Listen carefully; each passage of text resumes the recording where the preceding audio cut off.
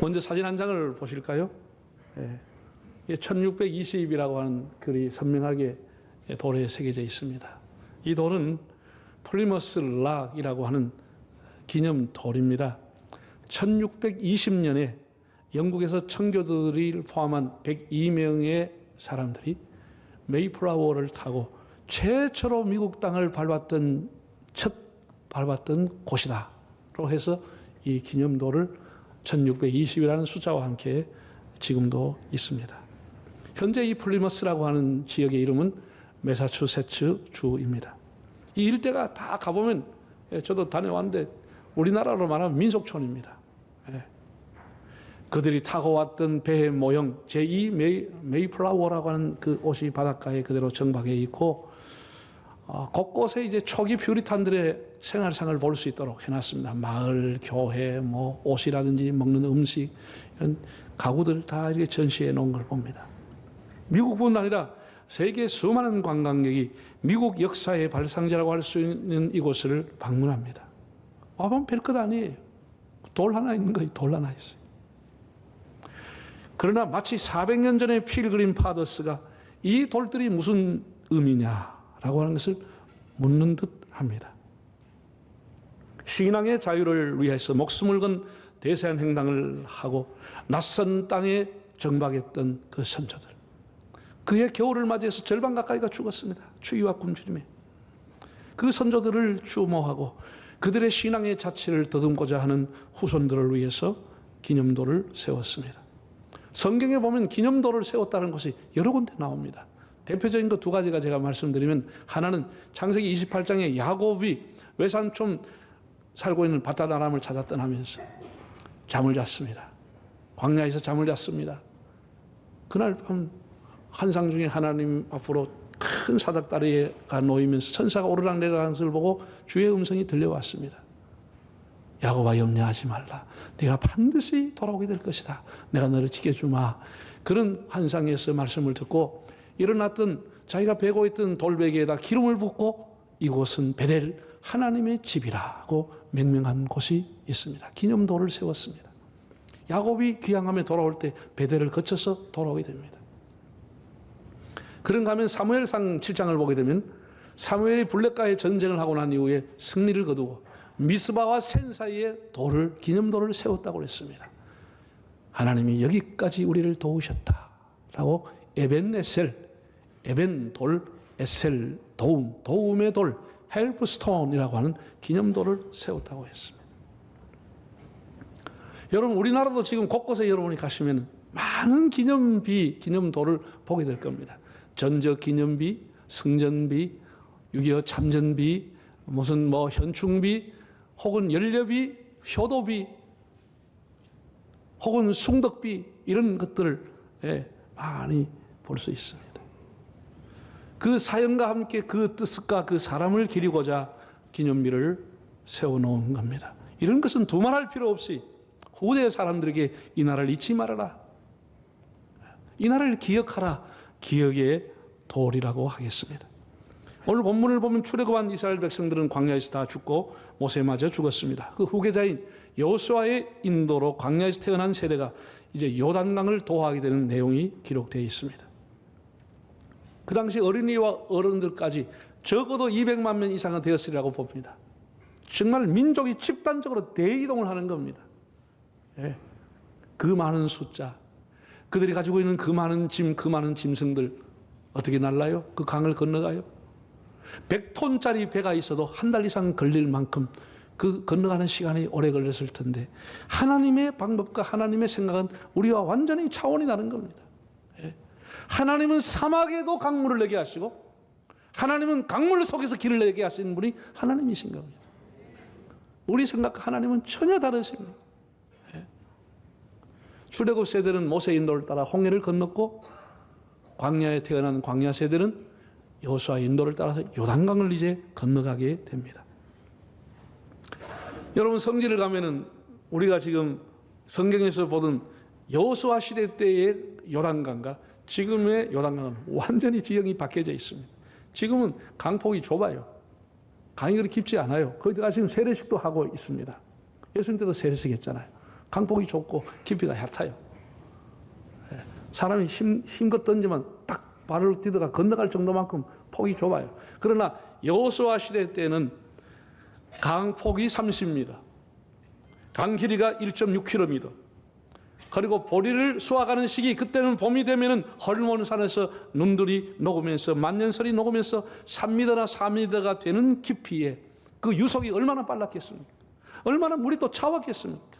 얼음이 녹은 모르니까. 그게 어린아이와 노인들이 건너간다, 이건 불가능한 것입니다. 감 딱 떠내려가는 거예요.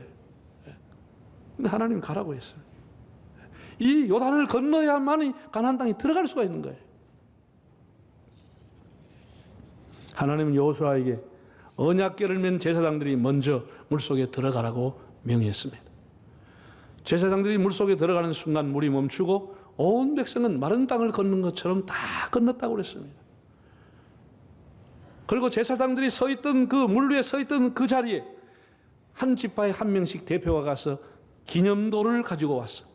길갈이라고 하는 곳에 유숙하면서 12개의 돌로서 기념돌을 세웠다라고 기록했습니다. 세 가지를 말씀을 드리려고 합니다. 첫째는 하나님의 언약궤를 바라보는 가나안 생활입니다. 하나님의 언약궤를 바라봤다는 거예요.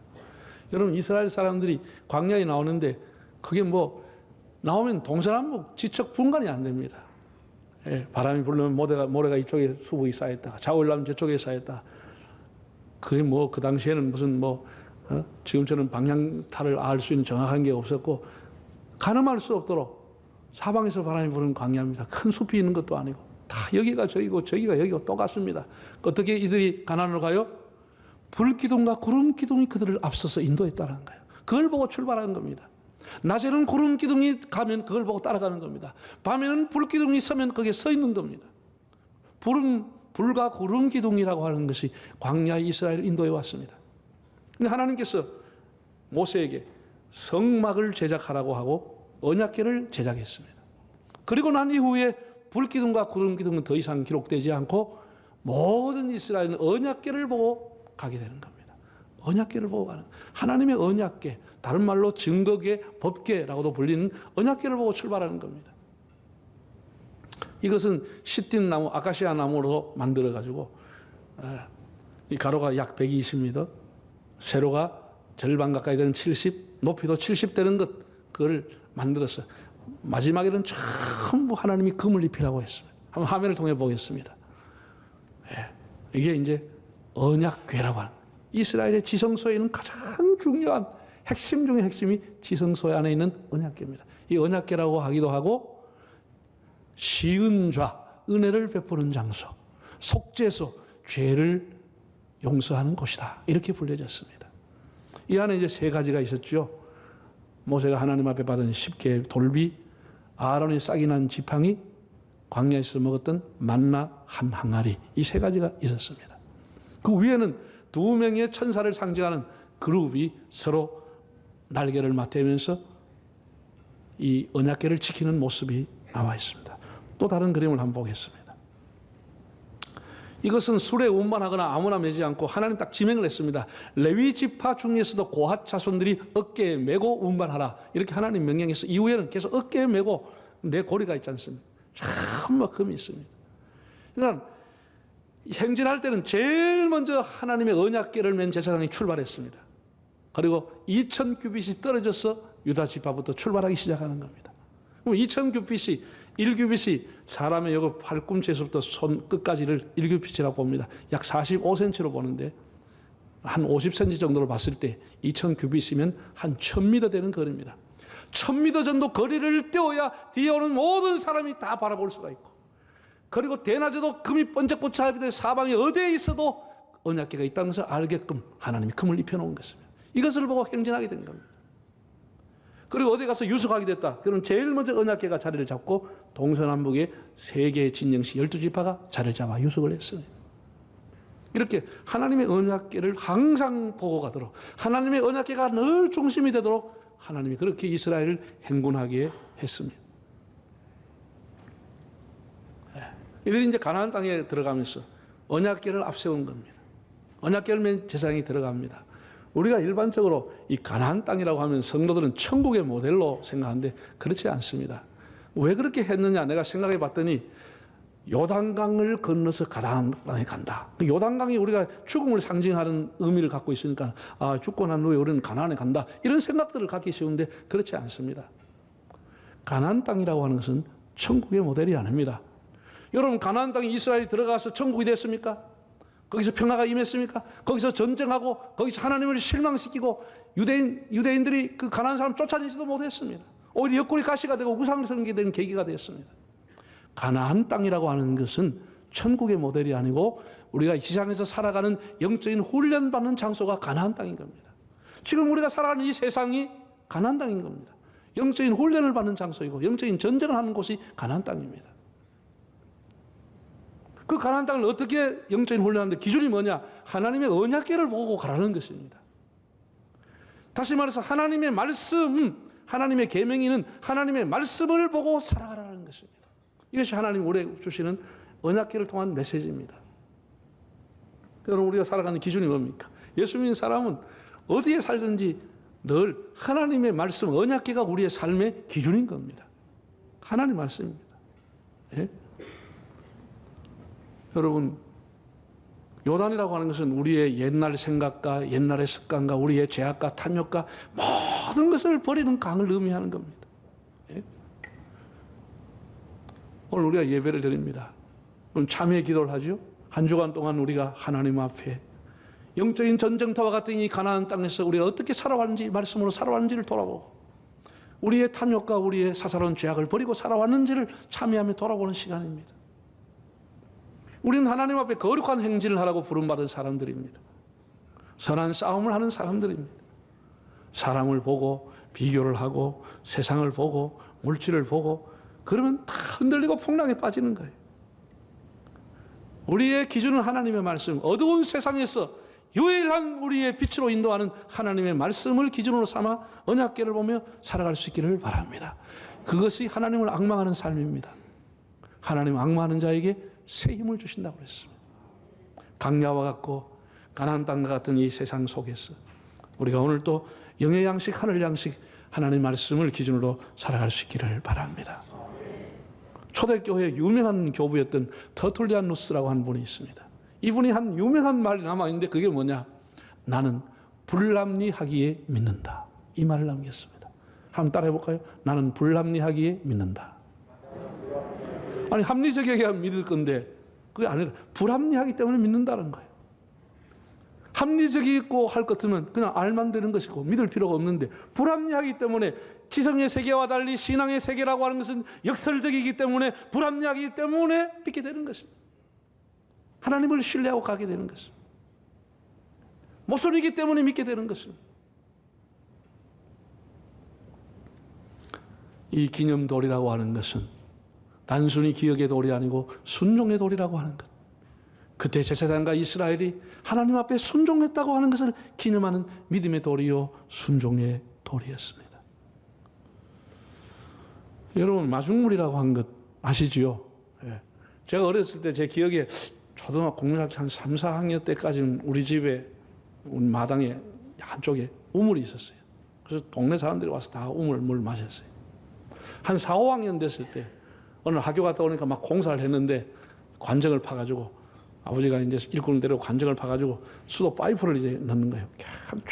종일 며칠 동안 파니까 그냥 물이 솟아가지고 이제 관정을 파서 그 가지고 이제 펌프질해가 막 흙탕물을 며칠 쏟아내고 이제 물을 먹게 된 거예요. 그래서 펌프 물을 먹게 자랐습니다.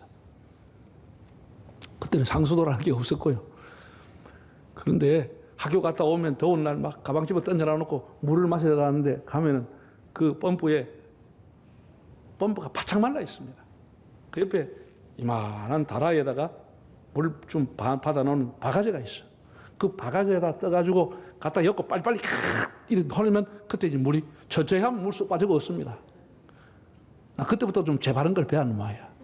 그래가 바가지에 엮고 엮자마자 바로 그냥 하면 한 연합만 하면 거기 이상하게 물이 올라오는 거예요. 그래가 좀 퍼내보고 나면 시원한 물이 올라오는 겁니다. 그래서 그 물을 마중 간다 해서 마중물이라고 하는 것 같아요. 그걸 마중물이라고 그래요. 마중물이 있어야 먹을 수가 있습니다. 그게 없이 계속해서 하면 헛짓하는 것이지 10분 한다고 물이 올라오는 게 아니라니까. 이것만 꺼르꺼르 따라버리지. 마중물이 반드시 있어야 하는 것입니다. 우리가 2년 정도 교회 여러 코로나 때문에 기능들이 예배 외에는 다 마비가 됐습니다. 다 중단이 됐습니다. 성도의 교제도 일절 못했습니다. 남녀 성교회 모이는 거 일절 못했습니다.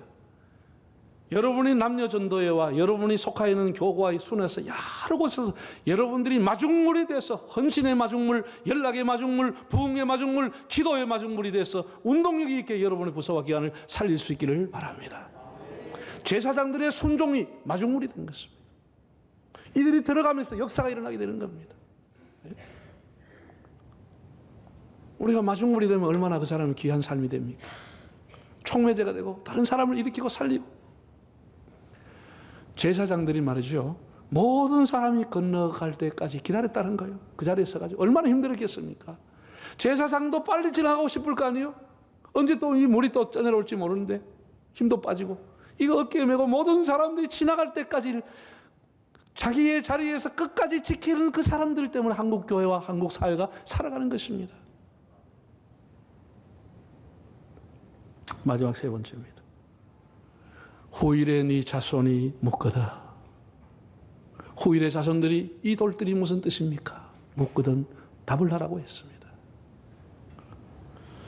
여러분, 사람은 뭐 굉장히 똑똑한 것 같지만 그렇지 않습니다. 시간 가면 다 잊어버립니다. 나이 뭐 70, 80 되는 사람이 30대, 20대 일어날 일 어떻게 기억해요? 몰라요. 어제 한 것도 몰라요. 사람의 기억이라는 한계가 오는 겁니다.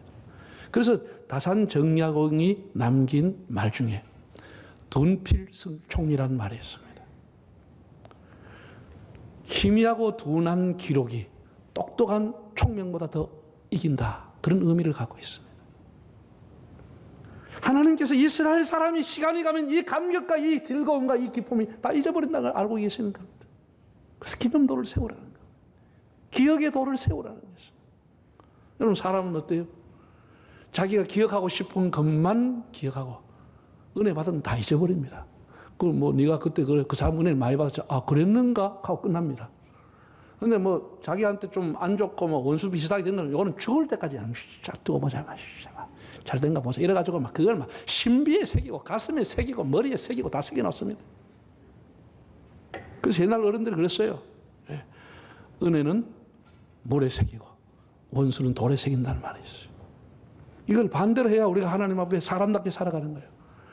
우리 예수 믿는 사람은 은혜는 돌에 새기고 원수는 물에 새기고 지나가 버려야 돼요. 잊어버려야 돼요. 이게 우리 거꾸로 살아가기 때문에 이 사회가 이렇게 시끄러운 거예요. 시끄러운 거예요. 하나님은 사람이 시간이 가면 이 감격이 잊어질 줄 알고 계신 거예요.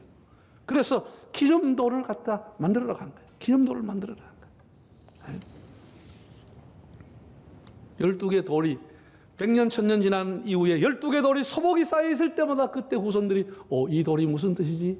이 돌이 여기 왜 와 있지? 이렇게 하면서 하나님이 살아계신 역사를 알아가는 거예요. 이게 산교육이 아닙니까? 삶을 가르치고 신앙을 가르치고 하나님을 가르치고 살아계신 하나님을 가르치도록. 자, 4장 23절 24절에 이렇게 말했습니다. 너희 하나님 여호와께서 요단물을 너희 앞에서 마르게 하사 너희를 건너게 하신 것이 너희 하나님 여호와께서 우리 앞에 홍해를 말리시고 우리를 건너게 하신가 같았나니 이는 땅의 모든 백성에게 여호와의 손이 강하신 것을 알게 하며 너희가 너희 하나님 여호와를 항상 경외하게 하려 하심이라 하라. 여러분, 우리 교회도 이제 55년이 지났잖아요. 그럼 우리 교회도 이제 여러분의 자녀들이 기억의 장소가 돼야 되는 것이죠. 우리 자녀들, 손자들도 다 태어나고 있는데 신앙의 성지 순례의 장소가 돼야 되는 것이죠. 아빠, 엄마와 가족들의 영적인 추억, 신앙의 추억이 있는 그런 집, 하나님을 체험했던 그런 집이 되도록 우리가 이 교회를 가꾸어 가야 합니다. 여러분, 유대인들은 기억의 천재 아닙니까?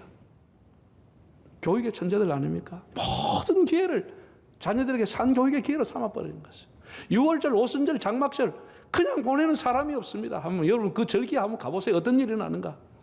그렇게 바쁘고 그렇게 잘 사는 사람들 다 휴가 내버립니다. 전부 광야로 나갑니다. 텐트 하나 차려놓고 한 주간 동안 아이들하고 보냅니다. 쓴나물을 먹습니다. 아주 딱딱한 무교봉 빵을 먹습니다. 그러면서 한 주를 보냅니다. 그렇게 대단하게 잘 사는 사람들. 왜 2000년 전에 3000년 전에 우리의 아팠던 역사를 얘기하면서 그렇게 하기 때문에 이스라엘 역사가 지금 살아있는 겁니다. 그들은 야빠셴으로, 아우슈비츠 강장 교도소로, 통곡예백으로, 마사다로, 최후 항전지로 자녀들을 데리고 가서 아이들에게 산교육을 하고 있는 겁니다. 그럼 우리는 어때요? 논날 되면 돈에다 쟀다 써가지고 유원지로 놀러 다니고 있습니다. 이 많은 역사 유물이 있지만 거기 가는 사람 별로 없습니다. 다 가보면 텅 비어 있습니다. 이 가까이에 손양원 목사님의 기념관도 있고, 한시안 가면 있는 주기철 목사님의 기념관도 있고, 가까이에 여러 기독교의 흔적과 우리가 배울 수 있는 국내 성지 순례할 수 있는 장도, 조금 멀리 떨어지는 서울 양화진에 가면 외국인 무덤이 있고 그 돌 위에는 하나하나 읽어봐도 얼마나 감동이 되는데 그런 거 사람들이 별로 찾아가지 않습니다. 그저 먹고 마시고 놀고 오직 그걸 위해서 태어난 사람처럼 목매고 살아가고 있는 겁니다. 미래가 없는 민족으로 살아가는 거예요. 역사를 모르는 민족은 미래가 없는 겁니다. 지금 세대는 그렇지 않지만 우리와 우리 앞의 세대는 학교 제대로 못 다니고 15, 16대면 공장으로 가서 밤새도록 일했습니다. 공수위, 공돌이 소리 들으면서 일했습니다. 밤에 빵 하나 얻어먹어가면서 밤새도록 야간 일하고 그렇게 돈 벌었어요. 그건 아픔의 시간들도 우리에게 매우 중요한 역사의 시간들인 겁니다. 그런 시간들이 누적되고 그런 자치가 있어서 오늘의 대한민국을 이루게 된 겁니다. 그래서 한국교회가 생긴 겁니다. 우리는 그런 것을 다 부끄럽게 생각하고 그런 거 쳐다보지도 않으려고 이런 것부터가 잘못된 겁니다. 잘못된 겁니다. 그게 왜 부끄러운 것입니까? 자식을 위해 헌신한 게 무슨 부끄러운 일입니까? 가정을 위해 헌신한 게 어떻게 부끄러운 일이 될 수 있습니까?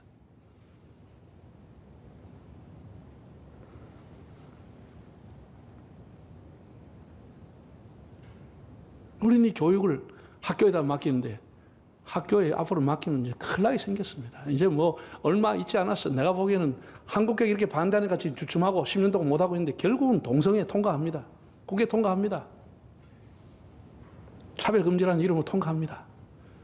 그런 우리가 다니는 아이들, 손자들 학교 가서 뭐 배워요? 3학년, 4학년 보면은 동성애만 있는 게 아니고 이성애도 있어. 이성애도 있고 동성애도 있어. 남자, 여자가 성만 있는 게 아니라 다른 것도 있어. 네가 바꿀 수도 있어. 이런 식으로 학교에서 공부하고 배웁니다. 이런 세상이 온다니까요. 우리가 정신 차려야 다 무너지는 거예요. 다 무너지는 거예요. 교회에다가 신앙을 맡겨요? 교회 와서 한 시간 내내도록 떠들고 10분, 20분 설교 듣고 가는 게 그게 무슨 신앙이 자라요? 그럼 가정이 그런 걸 안 하면 다 무너지고 마는 거예요.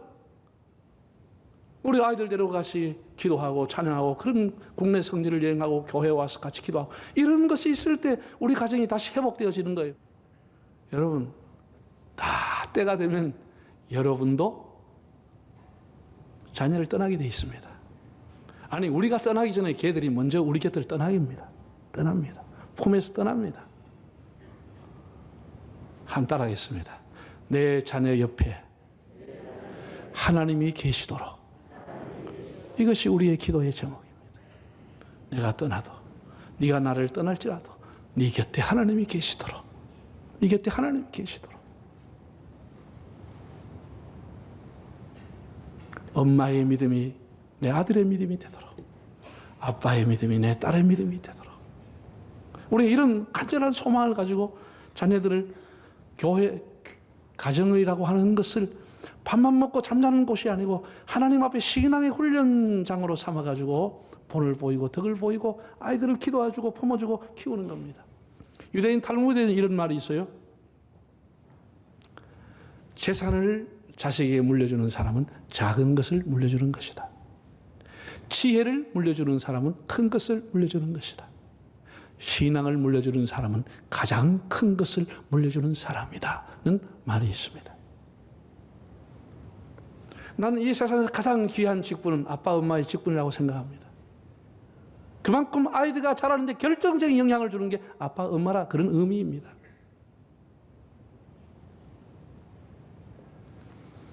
여러분들이 하나님을 앙망하고 하나님 말씀으로 살려고 힘을 쓰고 인생에 건너야 할 숱한 요단강, 숱한 문제의 강, 비바람이 시내리는 숱한 가나안 땅을 애들이 바르게 살아갈 수 있도록 하나님 앞에 기도하면서 자녀와 동행하며 하나님의 신앙을 이어가는 복된 가정들이 되시기를 바랍니다.